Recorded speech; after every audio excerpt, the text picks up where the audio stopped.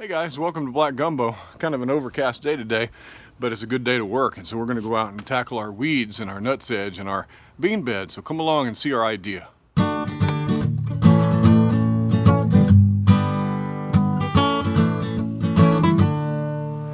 I've been working hard to get some weeds out of here. We're going to try a weeding experiment. This garden bed of mine has been weed bound with nutsedge. We call it nutgrass, but the stuff's really taken over.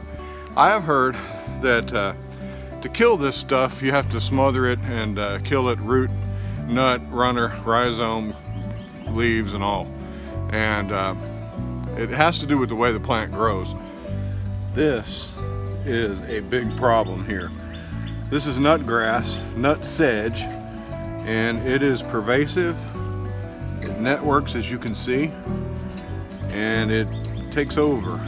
So in order to kill nutgrass, you have to not just pull the roots, because it spreads underground by these rhizomes.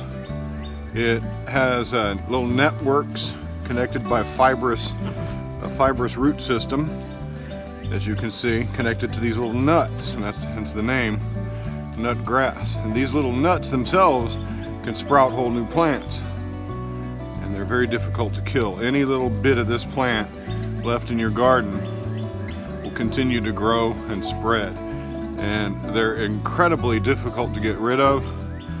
The points are incredibly sharp. They can come up through mulch, through plastic, and yeah.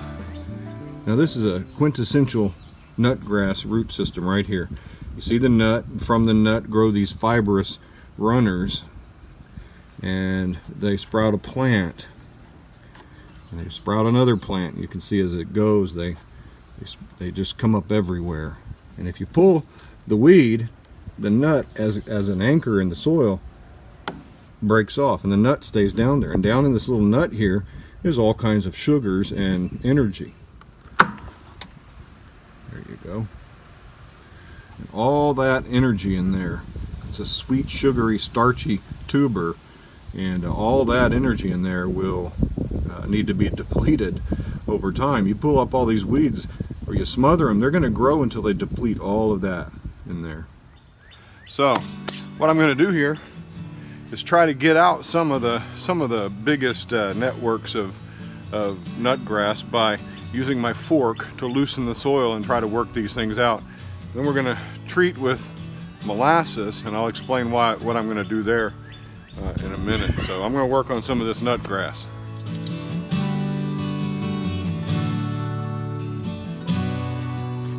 Yeah, real hard to get this stuff out.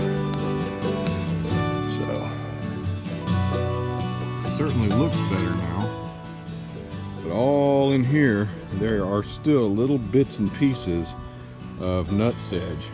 What I'm going to do next is I'm going to take a product called agricultural molasses, and it's a sugar, and I'm going to put it on here. I'm going to put it on pretty heavily, and that's going to help kickstart the and turn to high gear the biology in the soil that decays matter, and hopefully that will help decay what root matter is still down there, because these nutsedges, I've heard, can come back a dozen times with the energy they store underground. Well, if we can destroy that energy underground by natural processes, then maybe we can get rid of these weeds. So I'm going to put the molasses down, and then I'm going to cover the whole bed except for the beans that are growing in there. Hopefully they can make it through this. But if we lose the whole bed this year, that's okay to get rid of this nutgrass. I'm going to cover it with cardboard, a heavy layer of cardboard to keep the light out. And cardboard is this nutsedge can go through most garden, what do you call that stuff? That fabric, that mulching fabric, that garden fabric. They can get through most of that stuff, but they can't get through cardboard because it's not porous, and it's fine enough where they can't poke through it. So I'm going to lay down the cardboard to help smother this all the way through the heat of the summer. And I'm going to cover that cardboard with some Bermuda grass hay as mulch, just so it'll look decent. All right, so we've put down our cardboard now. We're going to wet it just to get it nice and floppy, and then we're going to cover it with our mulch. Now, I've covered up some of the edges, hoping that we can suppress weeds there as well. Yeah, soak that real good.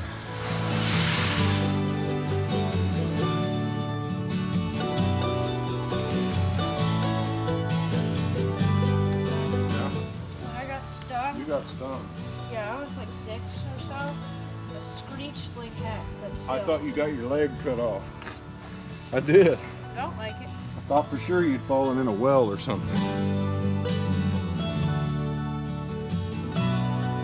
All right, looks a little hairy, but it's better than weeds. Now what we have here is Chinese long beans. These poor little plants were on sale, and at the garden center we rescued about 6 of them because they're really doing badly. They were too big for their pots, they're turning yellow, they were neglected, and hopefully they'll manage to survive in here even with all the stuff we've done today to the garden. These beans replaced our beans that didn't sprout. We had Thai long beans in this along here, and they didn't come up. So what do you do when it doesn't come up? You start over.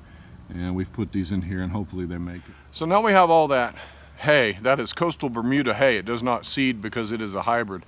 I just put that mulch on there to form a mat to hold the cardboard down, and so that it just doesn't look as ugly. So we've laid cardboard down on all of this soil after putting the molasses powder down. We watered everything in real good, and now it's just a matter of waiting, and that garden bed will be like this at least until the fall. I'm going to let it go through August and probably into September. That's the plan, at least, because I need the high heat and the action of the microbes in that soil to break down all of the roots that are under there. And so the cardboard serves to starve the plant of light, because those nutsedges will grow underneath that cardboard, and you can pull up that cardboard in a couple weeks and you'll see all the nutsedge trying to find a way to peek out and find some light, and they'll be very light green, almost white, and that stuff will grow under there and continue to grow under there for quite a while, and it will deplete all the energy that it has stored up in those little nuts under the ground. That's where the energy is stored. They're actually starchy, and sometimes they're sweet. The purple, I don't remember, there's 2 kinds of nutsedge, the purple nutsedge and the yellow nutsedge.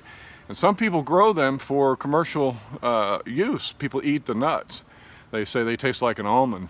And well, I don't want all those sugars in that soil, in those little nuts, to keep energizing the plants. I want them to die.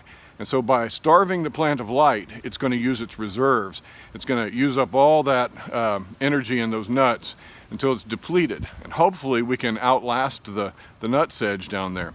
Then with the sugar in the soil, the molasses powder, that will charge up all the bacterial growth and the fungal growth, and all the microbes in the soil will just eat that stuff up, and they'll populate, and we'll have a real dense population of microbial life in there.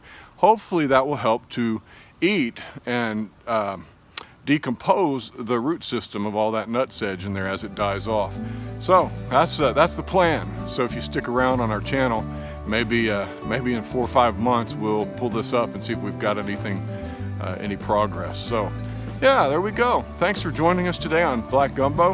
Hope you've enjoyed our videos, and stay with us. We've got a bunch of stuff planned throughout the summer and the late spring, and we've really enjoyed getting to know you all through the comments. So subscribe to our channel if you haven't done so already. Like us on Facebook and on Instagram, and we'll see you next time. Bye-bye.